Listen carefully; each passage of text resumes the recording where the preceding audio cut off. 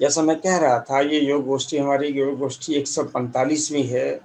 जनवरी 2009 से निर्बाध चल रही है और जो मुख्य उद्देश्य रहा होगा हमारे दिल्ली प्रांत के प्रधान श्रीमान ललित गुप्ता जी के मन में कि योग वक्ताओं का निर्माण। और मैं देख रहा हूँ कि हजारों लोग इस गोष्ठी में तब से लेकर अब तक भाग ले चुके हैं और योग संस्थान के भाव जन जन के मन में पहुंचा चुके हैं श्रीमान ललित गुप्ता जी इन योग गोष्ठियों द्वारा।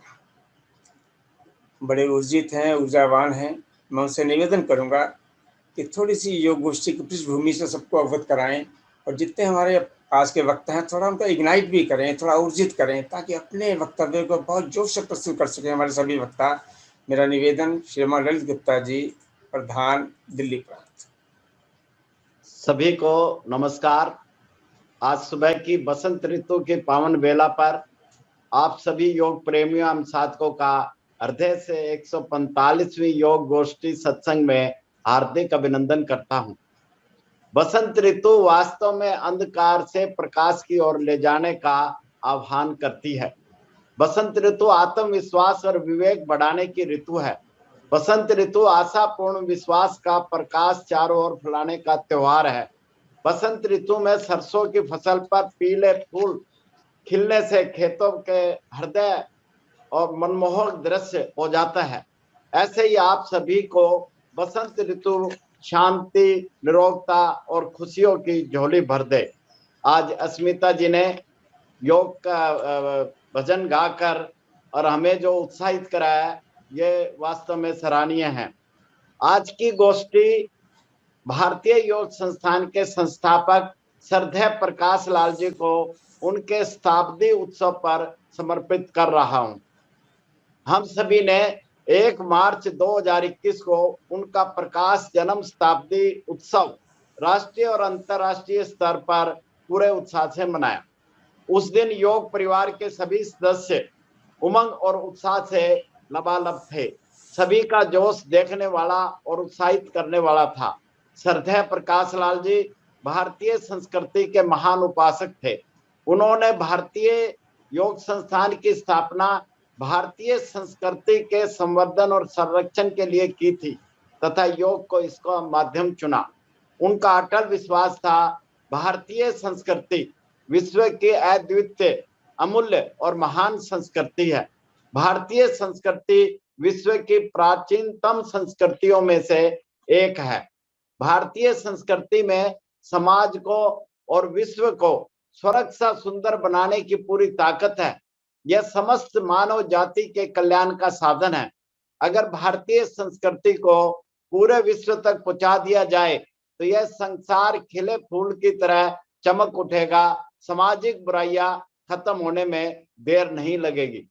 श्रद्धेय प्रकाश लाल जी का पूरा विश्वास था भारतीय संस्कृति को प्रत्येक मानव तक पहुंचाने का सबसे बड़ा और प्रभावशाली साधन योग है। उनका अटल विश्वास था भारतीय संस्कृति से जोड़ने के लिए प्रत्येक मानव को तथा विशेष रूप से युवाओं को योग से अधिक जोड़ना होगा। आइए जानते हैं भारतीय संस्कृति क्या है। भारतीय संस्कृति कर्म प्रधान संस्कृति है। यह जीवंत संस्कृति है। संस्कृति किसी जाति, समाज और देश की अंतरात्मा होती है। इसी के द्वारा उस देश के समस्त संस्कारों का बोध होता है। संस्कृति ही जीवन मूल्यों का आधार माना जाता है। भारतीय संस्कृति अजर और अमर है। भारतीय संस्कृति आध्यात्मिक दृष्टि से आज भी विश्व गुरु का स्थान रखती है। भारतीय संस्कृति मानवता पर आधारित है। यह हमारी मौलिक धरोहर और अमूल्य संपदा है। भारतीय संस्कृति के कुछ मूल सूत्र इस प्रकार हैं।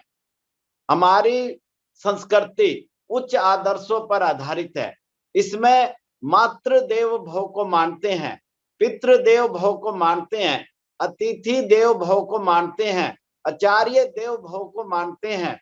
इन सभी का हमारे समाज में उच्च स्थान प्राप्त है। इनका आदर और सत्कार सबसे ज्यादा करना हमारे उच्च आदर्शों का प्रतीक है।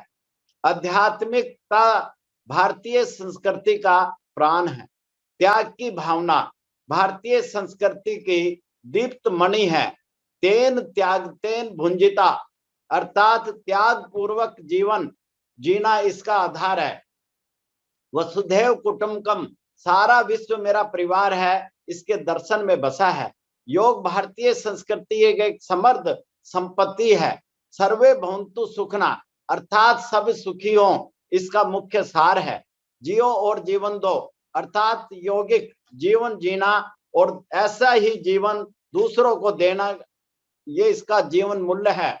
समन्वय और सामंजस्य भारतीय संस्कृति का विशेष गुण है।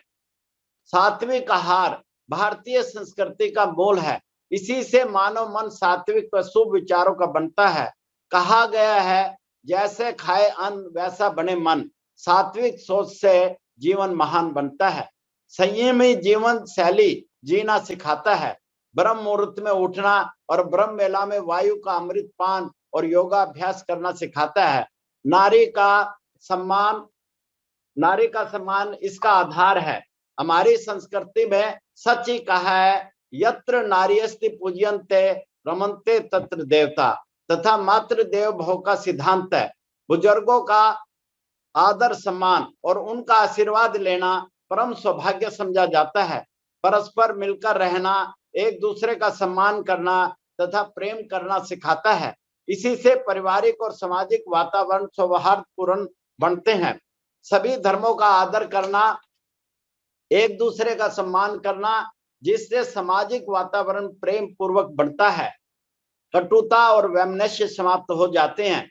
संयुक्त परिवार की परंपरा में इसका अटूट विश्वास है, क्योंकि सुख दुख का आभास इससे आसान हो जाता है।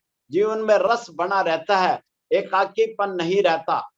आइए प्रकाश लाल जी ने इन जीवन मूल्यों को योग के माध्यम से स्थापित करने के लिए अपना पूरा जीवन लगा दिया और सफलता भी खूब मिली।